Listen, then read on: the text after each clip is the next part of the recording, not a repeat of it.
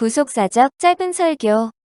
궁극적인 삶의 괴로움에서 벗어나려면 이런 행위로 가장 가까운 배우자, 자녀, 부모님, 형제, 자매를 그렇게 행위로 규정하게 되면 뭐가 일어날까요? 지옥 가는 것 같은 괴로움이 생기는 겁니다. 아주 예를 들어서 여러분, 모든 부모님들은 이렇게 바라죠. 내 부모 입장에서 자녀가 태어났고 자녀가 좀 지나면 학생이 되면 네가 공부를 잘해야 내 자녀야, 이렇게 막 선언해 버린 거예요. 너는 나를 따라서 공부를 잘해야 돼. 그래야 내 자녀야. 이렇게 얘기한 거예요. 네 공부 잘하는 행위를 통해서 내 자녀임을 증거하라는 거죠. 그러면 여러분, 이 말을 들은 여러분 그 자녀는 시험 볼 때 어떨까요? 버들버들 떠는 거예요. 시험 만약에 못 보면 어떻게 되는 거죠? 집에서 쫓겨나는 거죠. 엄마, 아빠, 자녀가 안 되는 거예요. 이렇게 여러분 강압하면서 행위를 통해 규정하면서 자녀를 그렇게 끌고 가버리고 강제로 끌고 가서 인격을 말살시키면 어떻게 될까요? 여러분, 성경에도 나오고 오늘날 뉴스에도 나옵니다. 자녀들이 부모를 복수합니다. 은혜로 안 대하면 그렇게 된다는 거죠. 가까운 배우자, 형제, 자매, 내 기준에 맞춰야 돼, 그렇게 행동해야 돼 라고 말하면 결국 그거를 못 맞출 때 그 관계 가운데 극심한 고통과 괴로움이 생긴다라는 거예요. 왜 그러냐면 성경의 가족은 또 다른 자아인데 그걸 요구하는 것 자체가 자기도 그렇게 살아야 되는 거거든요. 근데 자기도 그걸 못 사니까 결국 그 안에 그 관계 가운데 지옥 같은 괴로움이 생기게 된다라는 거예요. 그런데 그 가족이, 그런데 그 사람이 하나님의 백성이면 하나님 어떻게 하죠? 개입하신다는 거예요. 그 관계 가운데. 얘들아, 그게 아니야. 행위로 자꾸 규정하지 마.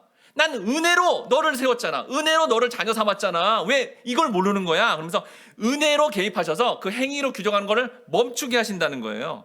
그러면 어떻게 되는 거죠? 내 자신이 그렇구나, 이렇게 행위로 하려고 하는데 하나님의 이 복음의 말씀이 십자가의 은혜로 나를 이렇게 구원한 거구나라는 것을 통해 자기가 그걸 용서를 받죠. 자기 스스로 먼저.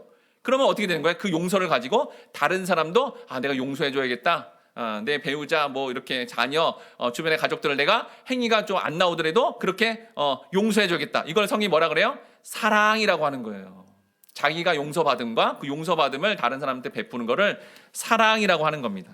우리가 아직 죄인 되었을 때에 그리스도께서 우리를 위하여 죽으심으로 하나님께서 우리에 대한 자기의 사랑을 확증하셨느니라. 여러분, 말씀 보니까 죄인 되었대요. 죄인은 어떻게 돼요? 감옥 가야죠. 죄인은 어떻게 돼요? 지옥 가야 됩니다. 행위로 보면. 근데 모든 인류가 죄인 되었을 때에 그리스도가 뭘 했대요? 죄인 되는 행동이 여전히 보이는데도 죽으심으로 하나님의 사랑을 보였다라는 말씀은 행위를 원인의 근거로 삼는 것을 깨트렸다는 거예요. 그걸 없앴다는 겁니다. 예수님이 다. 죽으심으로, 행위로 보면 우리 모두 지옥 가야 되잖아요, 다. 근데 죄인 되었을 때, 죄인 된 행위가 나오는데도 죽음으로, 얘들아, 너희의 행위를 원인을 근거 삼는 건 내가 다 없앴어. 주님이 로마서 5장 8절 말씀을 그대로 받아들임으로 말미암아 내 스스로도 행위로 규정하지 않고 내 가까운 가족과 내 주변의 지인들도 행위로 규정하지 않는 삶으로 유림 나갑니다. 그저 은혜만 바랍니다 라고 말한다면 여러분, 괴로움들은 다 사라질 거예요.